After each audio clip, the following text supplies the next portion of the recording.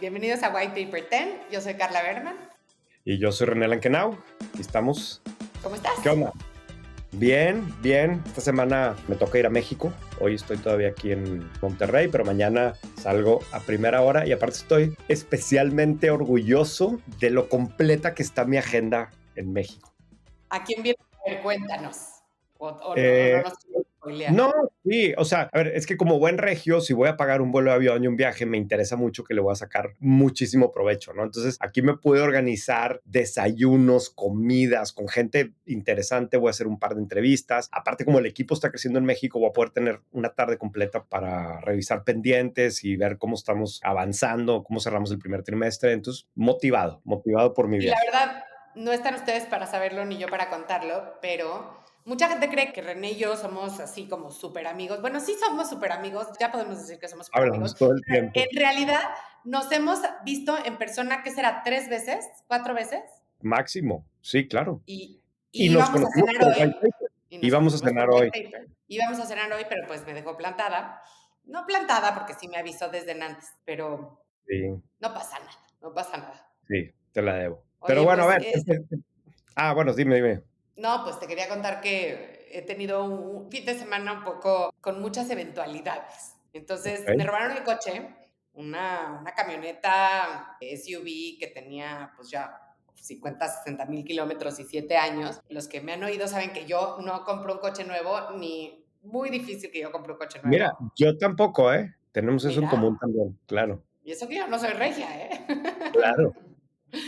Pero se lo robaron a una persona que trabaja con nosotros y la verdad es que lo que me da coraje, René, es que sí, no pasó nada, lo encañonaron con pistola, pero no pasó nada. Lo que me da coraje es que a todo mundo que se lo platico me dice, bueno, pero tienes que estar agradecida que Sí, pues no pasó nada, que a nadie le pasó nada, que tú no estabas y no te llevaste el susto, que tienes seguro el coche y entonces lo van a pagar. Y entonces ahora resulta que encima tengo que dar gracias de que me robaron el coche. Y entiendo el claro. punto, obviamente, no, gracias a Dios no pasó ninguna tragedia, pero yo creo que nunca deberíamos de acostumbrarnos a estas cosas y tolerarlas. O sea, no está bien que sea normal que te roben un coche. Claro. De hecho, te iba a preguntar, o sea, ¿esto es una plática que tú vives normalmente en México, que tú escuchas a tu amiga, a tu pariente? Fíjate que no, hace muchísimos años que yo no oía de nadie a quien le robaran un coche. Esto pasó en el Estado de México, en el municipio de Naucalpan, y sí hablaba yo y me decían que el Estado de México es el segundo estado con mayor robos de coche. Si alguien sabe por ahí nos puede comprobar esto. Obviamente por población también lo esperarías, a pesar de que en la Ciudad de México aparentemente sí han bajado mucho el robo de vehículos. A mí no me pasaba hace mucho tiempo, entonces sí doy gracias a Dios. Pero sí, no deberíamos de quedarnos conformes con que nos hayan robado un coche. Definitivamente. Pero bueno, qué bueno que estás bien, que Qué tú y bueno que tu estoy bien. familia están bien y que no pasó a mayores. No, en mi caso, la semana ha estado bastante más sin eventos. Muy bien. Bueno, ¿de qué vamos a hablar hoy? Oye, ya me dijeron que está muy mal que digamos, me llamó la atención. Ya no podemos decir me Sí, llamó la atención. me llamó la atención y me pareció muy interesante. Exacto. Son Es que sí nos muletillas. parecen interesantes. Son muletillas, por eso las escogemos, porque por eso nos parecen interesantes o nos llaman la atención. Sí. Pero sí, tenemos que tratar de dejar de usarlas. A ver, yo quiero empezar hoy con una nota que publicamos en White Paper esta semana de los aeropuertos y específicamente de los aeropuertos de Guadalajara y de Monterrey, que claro, venimos post pandemia de un par de años en donde el crecimiento en los viajes fue completamente inesperado y fue bestial y a todos nos tocó vivir los aeropuertos atascados de gente todo el tiempo. Y finalmente, en marzo, reportaron los aeropuertos de Guadalajara y de Monterrey por lo pronto una disminución importante en el número de pasajeros nacionales. Esto es importante destacarlo, ¿no? En el caso de Guadalajara, además, tiene una explicación en parte, ¿no? Que está relacionado con Volaris, que tiene tantos aviones que operan desde Guadalajara, pero además hay muchos de estos que hoy están en revisiones de turbinas, entonces hay menos asientos disponibles para pasajeros nacionales y eso explica en parte que, por cierto, después de que publicamos esto, Azur también no había reportado cuando lo publicamos, pero Azur también reportó igual una disminución en pasajeros nacionales en los aeropuertos de México, que bueno, pues habla un poco de que quiero suponer que se está normalizando el mercado. Sin embargo, el dato que quiero destacar es que tanto el de Guadalajara como el de Monterrey específicamente sí crecieron en número de pasajeros internacionales. O sea, la disminución es solamente en los vuelos adentro de México. en gente que viene de México o que sale de México, sigue creciendo el número de pasajeros. Y de hecho, cuando me puse a ver eso con más detalle, hijo, te juro, digo, no me gusta quejarme del tema de Monterrey, pero yo lo veo más bien Yo veo como, como que sí como te el... gusta, la verdad. O sea, ya por No, bueno, favor, denle sí, trato sí me VIP a René para que ya no sé qué. no, no quiero trato VIP, quiero que Que prendan el aire consideren acondicionado. que prendan el aire acondicionado, pero sobre todo que manejen el aeropuerto pensando en el impacto en la ciudad. Pero bueno, esa es una discusión que ya hemos tenido y no quiero repetir ahorita. El punto específico es particularmente el número de pasajeros internacionales que pasan por Monterrey. O sea, a ver, estamos hablando de la ciudad, que el nearshoring, que todo el mundo está volteando a ver y que las empresas multinacionales y que las empresas regias que Tesla. se salen del mundo y demás. Fíjate, para que te hagas una idea, Carla. En marzo, por el aeropuerto de Tijuana, pasaron 324,000 personas. 324. En Puerto Vallarta, 551,000 personas. En ¿Esto, Los esto Cabos, es entre 500. pasajeros nacionales e internacionales o ya No, estás no, no, no, hablando no, de no, no, números? no, no. Personas. Solamente pasajeros Ah, internacionales. O sea, internacionales. Los Cabos, 500,000 de pasajeros internacionales. Puerto Vallarta, 500,000 de pasajeros. Tijuana, 320,000. Monterrey, 166,000. O sea, a ver, sí, hay mucha gente, pero nada que ver. Obviamente estamos hablando de Puerto Vallarta, Los Cabos, de destinos turísticos, pero ¿por qué no hay más movimiento de pasajeros internacionales en Monterrey? O sea, me llama mucho la atención. Fíjate, el dato de Morelia, por Morelia, una ciudad que es mucho más chiquita que Monterrey, con mucho menos empresas o mucho menos inversiones de este tipo, pasaron 52,000 pasajeros. Digo, sí, son mucho menos que los de Monterrey, pero no tantos menos comparando con la diferencia en las ciudades desde el punto de vista empresarial y desde el punto de vista de O población. sea, el PIB de Nuevo León sí es 3 veces más que el PIB de Michoacán. Quiero suponer que bastante más, ¿no? Pero bueno, eso es una realidad de algo que está pasando aquí en los principales aeropuertos de esta ciudad. Pero entonces, o sea, tu punto es que Hay dos varios cosas. puntos. O sea, uno es Sí, que sorprende el número de pasajeros internacionales de negocios, que son los que podríamos pensar que son los que van a Monterrey, con todo el ruidazo que estamos haciendo del nearshoring, pues ojalá que fueran más para reflejar esto. Y el otro punto es que ojalá que prendan el aire. mira, no, ya me entró la duda. Déjame, voy a revisar cómo se ve el número de pasajeros internacionales si nos vamos pre-pandemia, o sea, o antes de que hiciéramos tanto rollo del tema del nearshoring, a ver si realmente hay una tendencia notoria al respecto, ¿no? Sí, Yo sigo creyendo que el aeropuerto de Monterrey tiene un potencial desproporcionado, ¿no? Que se le pudiera sacar mucho más provecho. Vamos a ver qué sí, pasa. sí. Te cuento que leí un artículo, esto no es una noticia, es un artículo que salió en la revista Wired, vamos a poner aquí el link. Es un artículo largo que habla de cómo 8 empleados de Google hace alrededor de 10 años crearon las bases de lo que hoy conocemos como la inteligencia artificial. Entonces, está súper interesante la historia porque estos chavos estaban en un laboratorio adentro de Google, no trabajaban en ningún trabajo, digamos, de línea, más bien eran researchers adentro de Google, y su gran como aha moment es que dijeron, la capacidad humana, la diferencia con las máquinas es que puedes poner atención en muchas cosas, ¿no? Entonces yo estoy ahorita hablando contigo, pero al mismo tiempo todo lo que leí ayer o hace una hora o un mensaje de texto que me está llegando ahorita, tengo en el cerebro la capacidad de poner atención a múltiples cosas y no desecharlas en cuanto ya no las Sí, necesito, ¿no? Y entonces sí. Tú más que yo, ¿verdad? pues las mujeres en general, ¿no? Pero esa Sí. idea de que cómo hacemos que puedas poner atención a diferentes cosas, tanto que ya consumiste en el pasado como que estás consumiendo al mismo tiempo, es la idea fundamental de la inteligencia artificial como las conocemos hoy. Y por eso es que te puede dar contexto, ¿no? A través de esa idea, que al principio era solamente una idea teórica y casi, casi que yo te diría filosófica, o sea, no era una idea matemática, no era una idea científica, era una idea filosófica, construyeron las bases de lo que es la inteligencia artificial hoy, hicieron un paper académico y justito antes de que ya era la fecha límite para poderlo mandar a los journals de academia, estaban pensando, ¿cómo le ponemos al paper? ¿Cómo le ponemos al paper? Y entonces estaban oyendo una canción de los Beatles que era Love is All You Need. Dijeron, ay, vamos a ponerle Attention is All You Need, ¿no? Y entonces le pusieron, Ok. lo único que necesitas es atención, en referencia a esta canción de los Beatles y esta hipótesis que tenían, lo mandaron y realmente eso es lo que dio nacimiento a todo lo que sabemos hoy de inteligencia artificial y a todo lo que se ha hecho. Ninguno de estos 8 ya trabaja en Google y el artículo también cuenta sobre todo la historia de ellos y de la generación de este primer paper académico, pero también critica que ¿cómo es posible que si Google tuvo a estos científicos que le dieron el nacimiento a esta idea, fue Microsoft el que después, pues, le rindió Sí, parece que puntos, ¿no? hizo, Lo claro. rebasó por la derecha con OpenAI y con ChatGPT. Pero bueno, me encantó y y se los recomiendo mucho. Y no es una noticia como tal, pero bueno, creo que hoy que hablamos tanto de inteligencia artificial está bueno recordar cuáles fueron los orígenes de todo esto, ¿no? De hecho, el que yo te quiero proponer que discutamos ahora tampoco es una noticia como tal, pero es algo que yo sé que además tú conoces, ¿no? Y es una investigación que publicó Margin, que también es esta otra publicación de White Paper, que se especializa en temas financieros que hicimos la semana pasada, sobre Caja Popular Mexicana. Ujú. Caja Popular Mexicana es la caja de ahorro más grande en México, pero cuando nos metimos a ver las cifras, pues hace cuenta que, o sea, si fuera un banco, desde el punto de vista de crédito de consumo, sería el 10º más grande en México. O sea, si tú comparas la cartera de crédito de consumo contra los bancos, está por encima de Inbursa, de Bancoppel, de Invex, de Banregio, de Afirme. Es un monstruo, es Por una arriba de cooperativa Bancoppel. por arriba de Wow, Bancoppel, wow. específicamente en crédito de consumo, ¿verdad? Ujú. Pero además está creciendo y fuerte. O sea, en 2016 tenía poco más de 2 millones de socios activos. O sea, aquí para ser cliente te haces socio, ¿no? Cuesta creo que 600 pesos o algo así, ¿no? Y pasó en 2016 de un poquito más de 2 millones de socios activos a 3.3 millones de socios o ahorradores, ¿no? En 7 años. Es un aumento de 57%.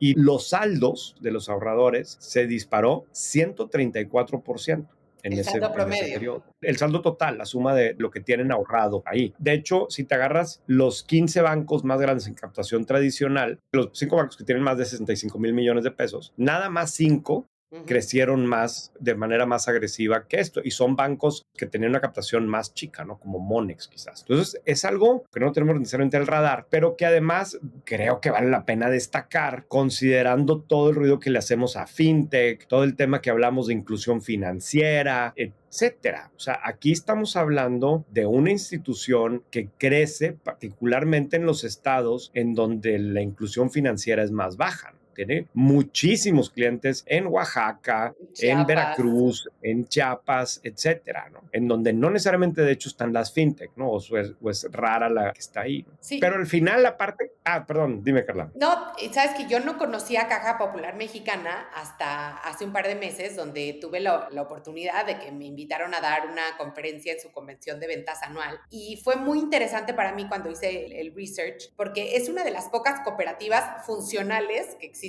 en México, ¿no? O sea, la verdad es que la mayoría de las cooperativas tienen historias muy oscuras de malos manejos, de gente que se robó el dinero de la cooperativa, de mala gobernanza. Yo creo que hay realmente pocas cooperativas que siguen existiendo en México y sobre todo pocas que son funcionales. Y esta está muy bien manejada, son de muy bajo perfil, como decías, calladitos, pero ahí van, ahí van, ahí van, tienen un producto, le apuestan fuerte al producto, tienen una misión que se sienten muy cerca de la misión y los empleados más importantes de Caja Popular Mexicana, por lo que yo pude ver, son los no me acuerdo cómo les llaman, pero es la gente que está en las sucursales físicas. O sea, en un momento donde todo el Ya. mundo está queriendo deshacerse de las sucursales físicas, ellos creen que son súper importantes porque la primera vez que vas a abrir una cuenta de banco necesitas conocer al señor que te atiende en la sucursal y que te da paz a que tu dinero va a estar a salvo. Entonces es un modelo como que parece contraintuitivo que está creciendo, tanto por el ownership como porque no tienen dinero de venture capital detrás, no son tecnológicos, y la apuestan en las sucursales y mira qué bien les está yendo, ¿no? Y fíjate, no, es que justamente eso es lo que quería destacar, lo que acabas de decir, de cómo hay oportunidad en un país como México con negocios tradicionales o con más bien que siguen una receta tradicional y no necesariamente tecnología. Pero a la hora de meternos a ver los datos, la morosidad, o sea, está por debajo de BBVA, de Banamex, de Bancoppel, cuando en teoría estamos hablando de una institución que está atendiendo a personas que en los bancos no se meten mucho en ese segmento, que el nivel socioeconómico tiende a ser más bajo. Y digo, y un poco pues en comparación con lo que pasa con las fintech, esta organización gana dinero, no pierde lana. El nivel de rentabilidad está ahí a la par de la gran mayoría de los bancos, ¿no? Yo quise hablar de Caja Popular porque me sorprendí mucho cuando encontramos los datos que nos ha ido Tucán para ordenar toda esta información. Y sobre todo pensando en quienes hoy están emprendiendo en temas de fintech y demás, échenle un ojo a este tipo de organizaciones que se pueden llevar una sorpresa como me pasó a mí. Sí, muy interesante. Y hubo una nota en White Paper que me gustó lo que decía, que la edad del fundador no era, o sea, que no, su éxito no era a pesar de la edad del fundador, sino gracias a la edad del fundador. Cuéntanos. A ver, de hecho, esa nota fue probablemente una de las que más comentarios generó la semana pasada y en el buen sentido, ¿no? Es una nota originalmente del Wall Street Journal, que publicó el Wall Street Journal hace unos días, en donde cuenta la historia de esta empresa de Taiwán, que es digo, hoy todo mundo hablamos de Nvidia. Nvidia diseña y comercializa los semiconductores. La que los fabrica, la que realmente lo produce es TSMC, que es una empresa gigantesca de Taiwán. Y ahí el artículo explicaba, seguramente ahorita o todos los días tú interactúas con algún producto o dispositivo que tenga un producto de TSMC. Están en todos lados, ¿no? Y la especialización aquí al final es maquilar los microchips para otras empresas. Pero específicamente el artículo en lo que hace énfasis es cómo el fundador la empezó a los 55 años, después de una larga carrera en esa industria, y entonces ya a los 55 años de estar trabajando en diferentes empresas que se dedicaban a este sector, se independiza para crear la suya, ¿no? 3 décadas más tarde, TSMC tiene un market cap de más de $600,000 millones. ¿Y ellos fabrican los de Nvidia, por ejemplo? Entiendo que sí, o sea, o que le fabrican a muchos, ¿no? O sea, ellos son al final los principales maquiladores de este tipo de productos, ¿no? A mí este dato del éxito que suelen tener los emprendedores mayores, ¿no? Y mayores me refiero entre comillas porque ya estoy llegando yo a esa edad. Me gusta porque contradice la leyenda del emprendedor así dropout, del chavo que por supuesto que los tienes, pero que en realidad es mucho más excepcional de lo que la gente cree, ¿verdad? Los emprendedores mayores terminan siendo mucho más comunes y mucho más productivos que los más jóvenes, ¿no? Y no nomás nos estamos hablando a nosotros mismos echándonos flores, ¿verdad? No, yo soy mucho más joven que tú, pero Claro, no, no, nadie duda, Carla. pero sí es cierto. Y yo creo que justamente las historias de los Bill Gates y de los Mark Zuckerberg son tan famosas y capturan tanto como el imaginario colectivo, justamente porque son las excepciones. O sea, la mayoría de los emprendedores exitosos sí son gente que sí estudió y terminó la carrera, sí trabajó muchos años en una industria donde se hizo experto en esa industria y empezó a ver cuáles eran las cosas que le hacían falta y hizo un network importante, hizo una reputación importante. Y eso no quiere decir que no nos encanten los emprendedores jóvenes. Yo creo que es increíble ver a gente como Poncho de los Ríos, ¿no? Pero hay mucho que decir por los emprendedores un poco más maduros que ya traen un bagaje de cosas que saben, de gente que conocen, de ahorros que ya tienen para lanzar una empresa. Fíjate, pero ese ejemplo que pones, el de Poncho de los Ríos, pues claro, es uno de los más jóvenes en México, o al menos con un unicornio, pero también estás hablando de alguien que creció en esa industria, que al final está desarrollando una plataforma, pero en una industria en donde su familia toda la vida se dedicó a eso, él escuchó de qué se trataba la cosa toda la vida, conocía gente lo conocía en esa industria. Entonces, digo, tampoco es tan excepcional porque no era alguien ajeno desde esa perspectiva. Claro, es excepcional por la edad, pero aquí sí es importante esa capacidad o cómo vas tú desarrollando una carrera que te da mucho más conocimiento, que la gente te conoce, que tienes acceso a los contactos y al momento de querer emprender, pues tienes un archivo de dónde partir, ¿no? Y digo, En fin, está súper bueno el artículo. para los que no sean súper fans de Poncho de los Ríos, lo van a hacer. Nada más les cuento que Poncho es el fundador de Nowports, que es uno de los unicornios mexicanos, valuado en más de $1,000,000,000, que es una solución que automatiza, a ver, René, corrígeme, pero todo el traslado de mercancías internacionales a través de los Entre puertos, países, ¿no? ¿no? Que suena como lo Sí. más aburrido del Freight mundo, forward. pero pues todo lo que nos llega a nuestra casa tiene que haber pasado por una aduana. Entonces, es una de las industrias más Sí, antiguas del mundo y la sí. está tratando de modernizar. Yo no sabía que su familia se dedicaba a esto. Sí, así es como él encontró la oportunidad, Mira. pero si les interesa, hay una entrevista en White Paper que publicamos el año pasado, a principios de este año, no me acuerdo, en video, y es el caso de Poncho, siempre llama la atención, más porque además de que es un chavo, tiene muchísimo hate en Twitter y mucha gente lo critica. Entonces, yo le pregunté de eso al respecto y cómo maneja esa situación y ¿Y por qué lo hatean? No sabía yo eso. tiene un chorro de hate porque, pues, por todo, ¿no? O sea, al final el ecosistema emprendedor en México y particularmente los emprendedores tienen mucho hate en general. A la gente nos encanta la grilla de seguramente aquel algo está haciendo mal y seguramente aquel una tranza hizo. O incluso, digo, tú lo ves con el caso de Kavak. El deseo que hay porque Kavak falle Claro. es increíble, ¿no? Y en el caso de Poncho, no sé, yo creo que le tiran mucho porque publica muchas cosas como cualquier persona de su edad, ¿no? Que publica de todo en social media y entonces, y digo, aquí al final del día, lo interesante a lo que quería llegar es o al menos a mí me pareció interesante es cómo me respondió esa pregunta. ¿Y qué te dijo? Ahí está en White Paper, vayan a ver ahí en White Paper. Siempre Quien no queriendo tenga cuenta vender, en White Paper la puede ir a ver. ¿Qué? siempre queriendo Te puedes vender. meter. Claro, es que hay un chorro de gente que oye este podcast y que no son suscriptores de White Paper y quiero que sean suscriptores de White Paper. Denme la oportunidad, pueden crear su cuenta en whitepaper.mx y si no les gusta, ya la cancelan y ya. La verdad, sí, se los recomiendo mucho. Bueno, y entonces, ¿qué vamos a hacer el deep dive del día de hoy? Fíjate, a ver, te voy a contar con el tema del deep dive. Digo, tú sí sabes de qué vamos a hacer, pero bueno, ¿cómo fui a dar con este tema? Hace como un par de meses me tocó ir a Chihuahua, a la ciudad de Chihuahua, y digo, me gustó mucho lo que vi en general en la ciudad, pero una cosa específicamente que yo no estaba consciente y que me saltó en Chihuahua fue la cantidad de cafeños. Cuando íbamos por la calle pasábamos. Y Cafenio, para quien no ubica, es esta marca originaria de Sonora, que tiene una historia también súper interesante. Es una empresa, vamos a llamarle una empresa tradicional que ha ido evolucionando, ¿no? Y hoy tiene esta marca Cafenio, que entre otras cosas tiene pues como tipo Starbucks, ¿no? Para simplificar la definición, pero especializados en drive-thru. Y tiene un formato en donde pides en el app y como que parte de sus características es que es súper rápido, cuesta menos que un Starbucks. Y me llamó la atención y me quise meter a ver realmente qué pasa en México en este mundo de las cafeterías tipo Starbucks, por así ponerlo, ¿no? Entonces nos pusimos a juntar la información, ¿no? Starbucks, pues, todo el mundo ubica, es una empresa gigantesca, opera en todos los países. Por aquí traigo el dato, fíjate, los ingresos totales de Starbucks en el 2023 fueron casi 36 mil millones de dólares. Tiene 38,000 tiendas en todo el mundo. Es una marca referente, ¿no? Ingresos por tienda casi de $1 millón al año, ¿no? Más o menos el Eso es a nivel global.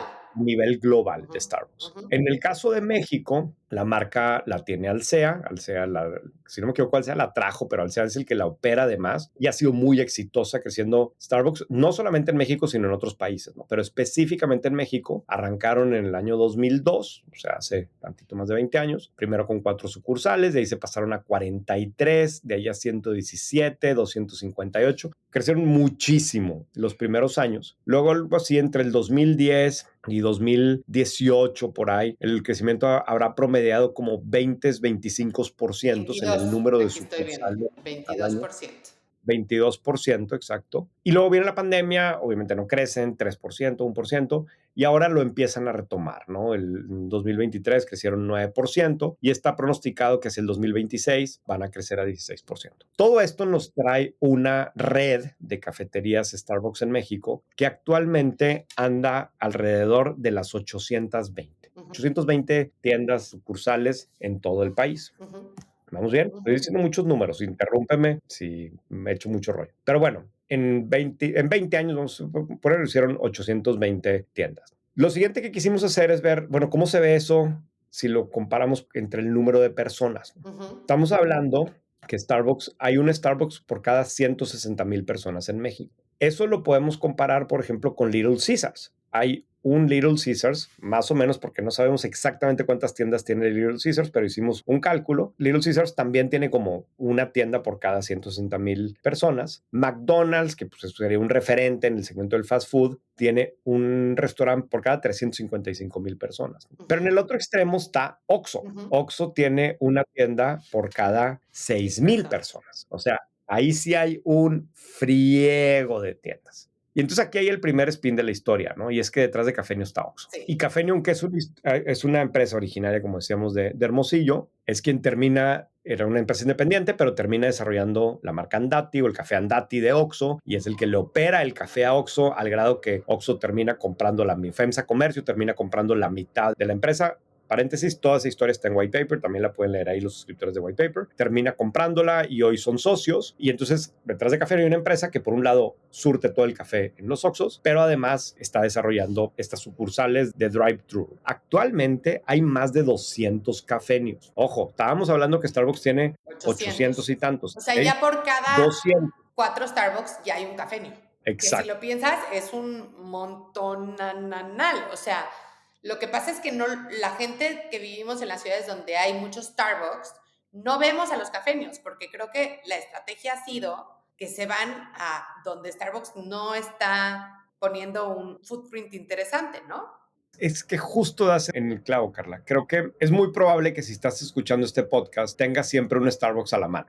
Tengas un Starbucks relativamente cerca, en el aeropuerto, en la plaza que está enfrente, en el edificio donde están tus oficinas o ahí muy cerquita. Pero eso es una partecita chiquita de México. Y esta estrategia, que obviamente para Alsea hizo mucho sentido, voy a saturar estos puntos, está dejando muchos otros puntos como huecos en el mercado. Entonces, de hecho, nos metimos a ver algunos estados, ¿no? Por ejemplo, digo, el ejemplo que les puse, Chihuahua. Chihuahua, al parecer, hay 10 Starbucks, pero hay 20 cafenios. Wow. En otros lugares, digo, en Sonora, pues obviamente es originario de ahí cafenio, ahí hay 9 Starbucks y hay 70 cafenios, ¿no? En Tijuana, por ejemplo, ahí hay 21 Starbucks, al parecer, ¿no? Y alrededor de 20 cafenios. O sea, hay ciertos lugares en donde este tipo de marcas, o el caso en particular de cafenio, está teniendo una presencia igual o bastante más grande que la de una marca tan poderosa como Starbucks. Y nos metimos a ver, y hay, digo, seguramente en la Ciudad de México muchos de ustedes van a haber visto el caso de Tierra Garat, que pues hoy contamos más de 40 sucursales y todas están también muy cerquita. En el caso de Monterrey explotó Tim Hortons desde hace algunos años, ahorita tienen creo que cerca de 70, un poco menos de 70 sucursales, no, digo, no solamente en Monterrey, pero también como que están, incluso dentro de Monterrey, como que se están ubicando en donde no hay tantos Starbucks o en donde es menos probable que te topes con un Starbucks, ¿no? Déjame preguntarte algo. ¿Tú has ido a algún cafenio? ¿Y qué tal Sí. está? Sí, yo he ido, a ver, le estás haciendo la pregunta a la persona incorrecta porque yo tomo mucho café, pero no soy un Ok. snob del café. O sea, me tomo el café feliz, el de Sambors, el de Vips, el de Starbucks, el que quieras, ¿verdad? Entonces, a mí me gustó porque está muy rápido, ¿no? Lo mismo con Tim Hortons, ¿no? Funciona, ¿no?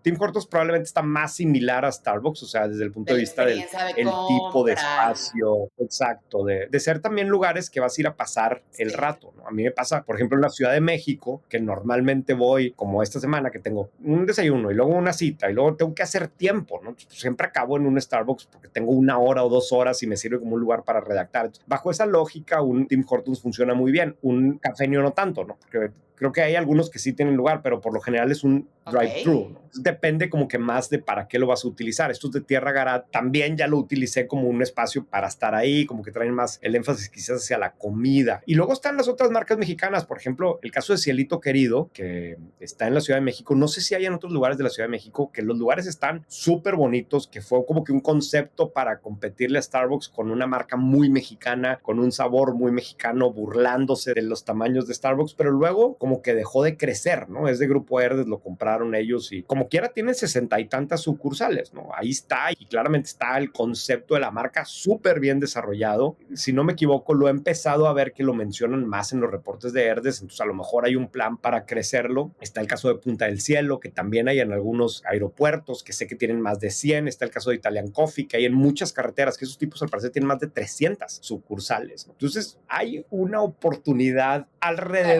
Claro. de Starbucks, como que seguramente en nuestro entorno, si tú dices, oye, voy a poner un café que le va a competir a Starbucks, tus amigos te van a decir, estás loco, o sea, ¿cómo vas a ir a competir a Starbucks? No, pues resulta que pues, depende de Sí. dónde te pongas, ¿verdad? Fíjate que estoy viendo la página de internet de Cafenio y algo que no me esperaba para nada es que tienen una venta de vasos, tipo los que venden en los Starbucks, que son carísimos, en mi parecer, y que son como de colección, y tienen a su termo de viaje celeste, su botella ártica boreal, y tienen unas que están hasta en preventa, o sea, se nota que sí son ítems medio coleccionables también. Entonces, interesante que pareciera como que están tratando de volver una No, a marca ver, de culto, ¿no? de hecho, o sea, si tú hablas con alguien de Sonora, o sea, hay como un tema de orgullo regional de su Claro. cadena local, ¿verdad? Y no tengo duda de que tenga sus fans Sí, sí, vienen apasionados. aquí las mezclas diferentes, café en grano, café de Hidalgo, de Oaxaca, todo este medio, o sea, muy estilo que lo que hizo Starbucks de descomoditizar el café, ¿no? El Marcelino de peluche, la mascota Sí, de Marcelino de peluche, no sé si los vendan, pero de que los ofrecen, los ofrecen. es que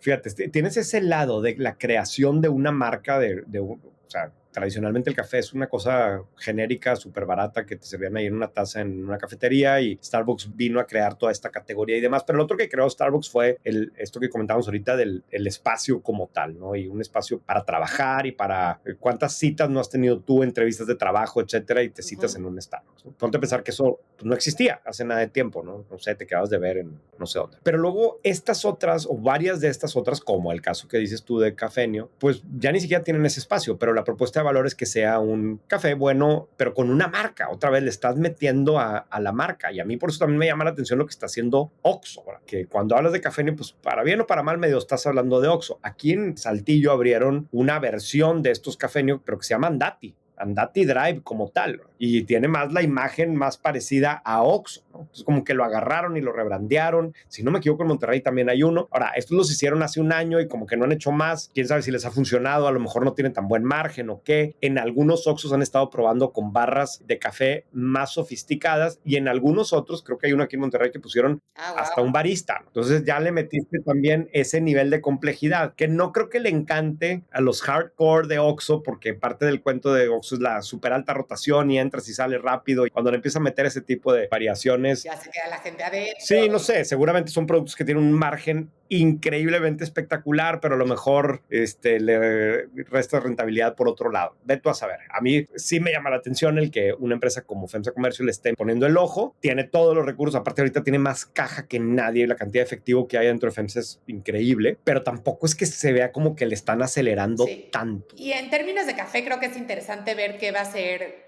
el dueño del mundo mundial del café, que es Nestlé, ¿no? O sea, creo que de cada 10 tazas de cafés que se toman en el mundo, 7 son de algún producto de Nestlé, que ha tenido grandes aciertos, como por ejemplo lo que hicieron con Nespresso hace unos años, de hacer un spin-off o una empresa casi paralela, donde hicieron muy premium sus máquinas, sus cápsulas, reeducaron al mercado de cómo se toma café en casa, pero no les ha ido tan bien en lo que han hecho ni en máquinas, ¿no?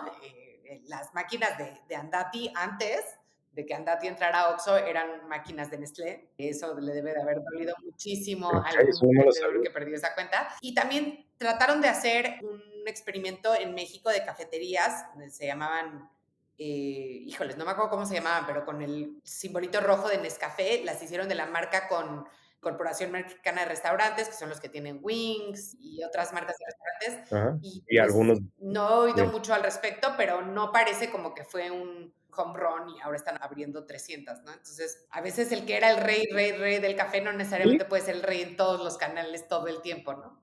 de todas las ocasiones de consumo. Yo creo que vale la pena echarle un ojo al caso de Costa Sí, Coffee, que la Coca-Cola. compró Coca-Cola Company y que en Estados Unidos ha crecido y que pues, en algún momento algo pudiera aparecer. El caso de Dunkin', que otra vez regresando al tema regional, si tú vas a Boston, pues te va a sorprender que hay muchísimos más Dunkin' que Starbucks, Claro. ¿no? Va a ser Que mucho más además fácil. ya no se llaman Dunkin' Donuts, ¿no? No, Porque justo querían posicionarse más como café.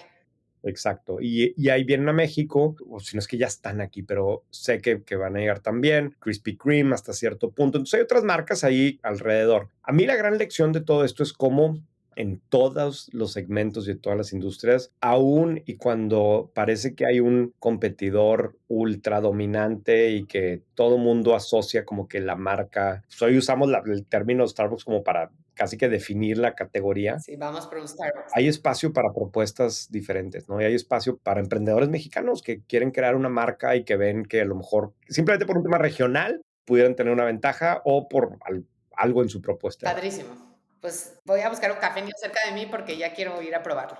Pues en alguno de tus viajes a alguna conferencia te lo vas a topar, vas a ver. No hay, creo que no hay en los aeropuertos, por eso no te ha tocado, pero pues ya habrá, ¿no?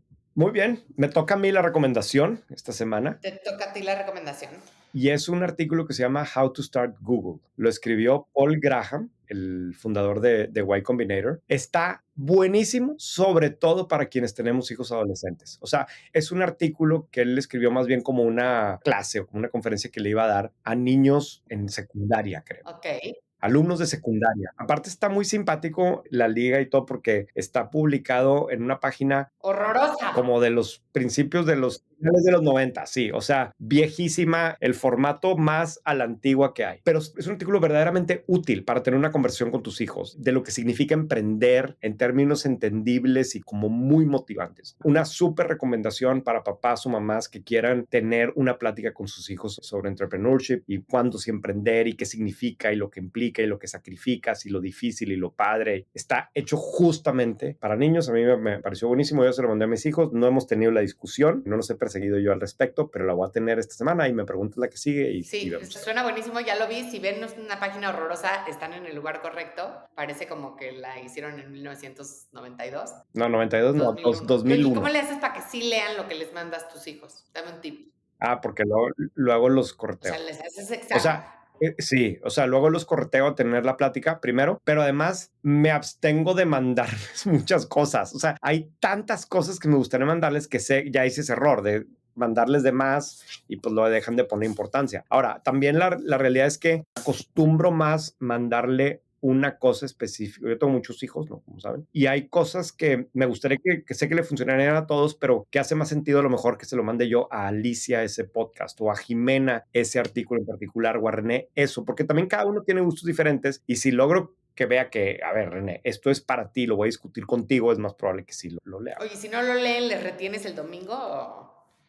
No, pero los persigo hasta que lo lean, ¿no? O sea, tampoco son cosas. El episodio de Hermes de Acquired, que es una joya, pues dura 4 horas. ¿Va? Ese no se los voy a pedir a ellos, te lo debería pedir a ti, pero ellos no. Pero que es un artículo que pues, está hecho para alguien de su edad. Sí, Pues, sí. claro que sí quiero que lo lean. Que en particular quiero que lo lean los 4, ¿no? Y luego le vas entendiendo. Alicia ya le agarró un gusto a los de How I Built This y realmente los quiere escuchar ella, por ejemplo, ¿no? Jimena le gustan cosas mucho más abstractas y sofisticadas, pero tiene una personalidad muy diferente. Entonces, pues, a cada uno le vas encontrando qué es lo que le genera más utilidad. Yo les acabo de comprar a mis hijas los 2 tomos de Unstoppable Us, que es un libro para niños que escribió Yuval Noah Harari, este gran historiador que se hizo súper famoso. Somos fans aquí. Ajá. Y ando correteando a una de las niñas para que lo lea. Bueno, ahí les reportamos si logramos que los niños lean. Pues vamos a ver. Muy bien, Carla. All right. Pues como siempre nos encantará recibir su feedback, ideas, sugerencias. La semana pasada tuvimos un chorro, afortunadamente. Y bueno, pues mi correo es rene@whitepaper.mx. Y el mío es carla@whitepaper.mx. Y acuérdense que estoy preparando con el equipo de White Paper un podcast para resolver preguntas de carrera, tecnología y negocios. Y entonces, si tienen alguna, me pueden enviar un correo a carla@whitepaper.mx y ahí les digo dónde me pueden enviar el audio para que sea más fácil para ustedes, o me lo pueden mandar directamente como mensaje de voz a mi Instagram, que es Carlita Berman. Buenísimo. Muchísimas gracias. Hablamos la siguiente semana. Bye.